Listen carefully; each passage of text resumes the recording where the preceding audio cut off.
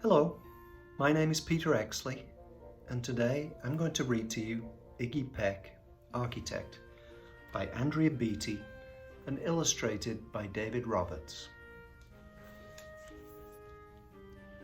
Young Iggy Peck is an architect, and he has been since he was 2, when he built a great tower in only an hour, with nothing but diapers and glue. "Good gracious, Ignatius," his mother explained. "That's the coolest thing I've ever seen." But her smile faded fast as a light wind blew past, and she realized those diapers weren't clean. "Ignatius, my son, what on earth have you done? That's disgusting and nasty. It stinks." But Iggy was gone. He was out on the lawn, using dirt clods to build a great sphinx. When Iggy was 3, his parents could see his unusual passion would stay. He built churches and chapels from peaches and apples, and temples from modeling clay. At dinner one night, to his father's delight, Iggy got a bright gleam in his eye, and out on the porch built the St. Louis Arch from pancakes and coconut pie.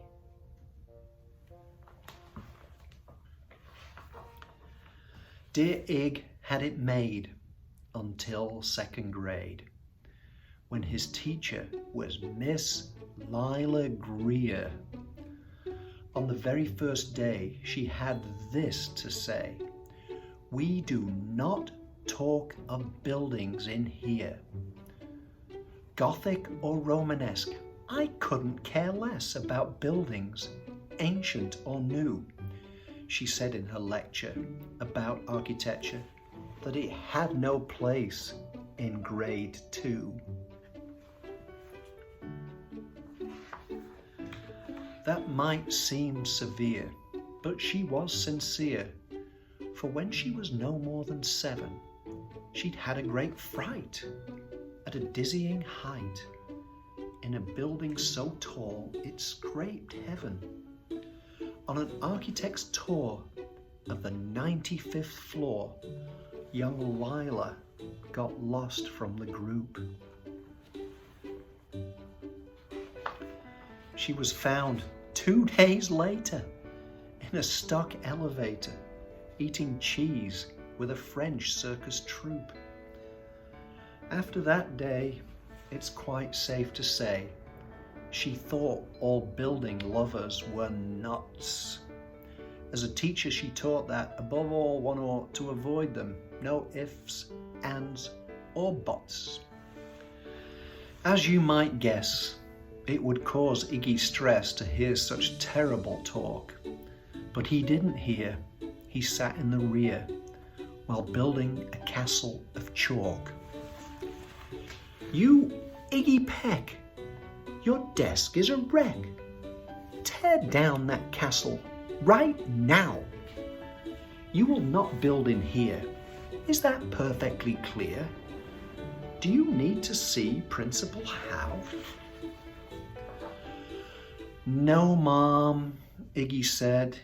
He lowered his head, and his heart sank down to the floor.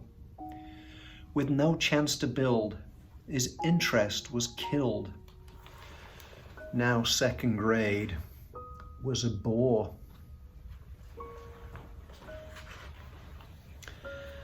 After 12 long days that passed in a haze of reading, writing, and arithmetic, Miss Greer took the class to Blue River Pass for a hike and an old-fashioned picnic.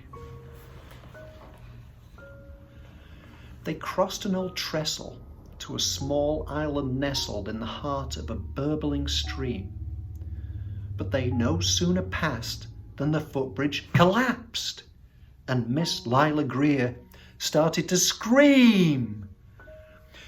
"We're trapped here! Oh my! Alas, kids, goodbye." Her eyeballs rolled back in their head. She dropped to the ground with a vague groaning sound. Luckily fainted, not dead. The class was amazed. They stood there quite dazed, uncertain of what they should do. But one bright young man was off hatching a plan, which started with Miss Lila's shoe. Soon each lad and lass there at Blue River Pass was working together as one.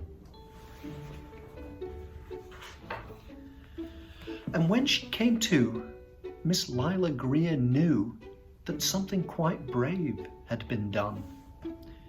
She looked in the air and saw, hanging there, a structure with cables and braces.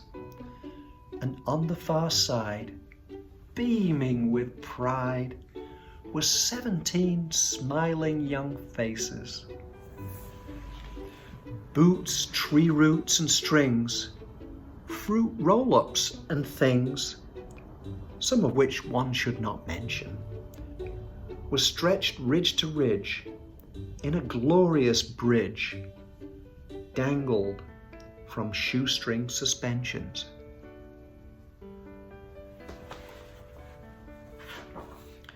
It all became clear to Miss Lila Greer as she crossed that bridge over the stream. There are worse things to do when you're in grade 2 than to spend your time building a dream.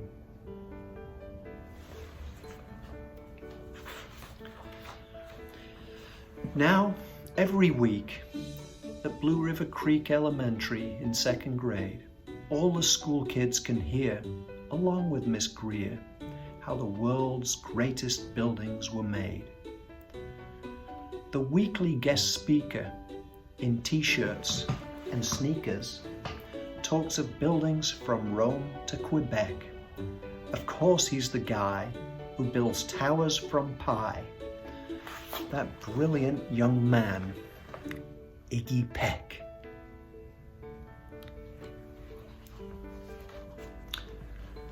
That's our story.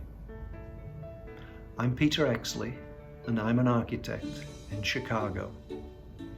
And I hope that wherever you are building your dreams too. Thank you. Bye-bye.